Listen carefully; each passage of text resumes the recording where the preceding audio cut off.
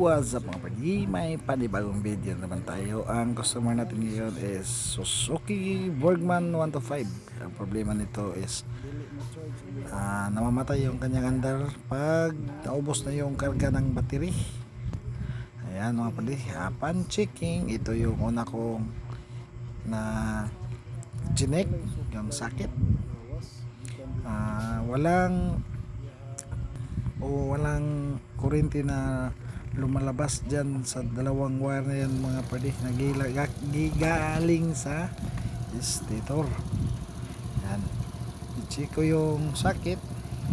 Ito lang yung may ilaw mga padi, yung red wire, kasi yung red wire na yan mga padi is galing yan sa battery kaya may kuryente yan. Pero yung dalawang wire mga padi na galing sa stator, yung white red at white blue is walang kuryente yan mga padi.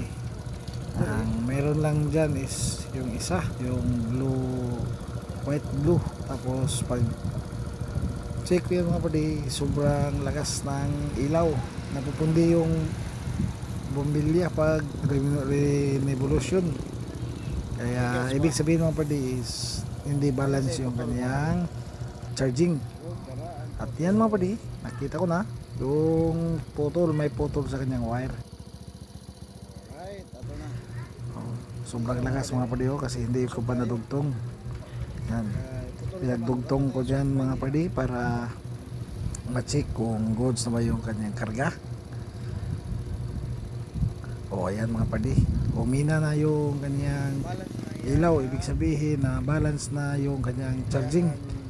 At may kuryente na rin to na lalabas sa kanyang sakit. Check muna natin mga padi. Yan yung red white na wire, tsaka white blue.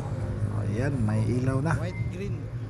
Yan lang yung problema mga padi. Pag naka-encounter kayo nito, check nyo lang yung wirings.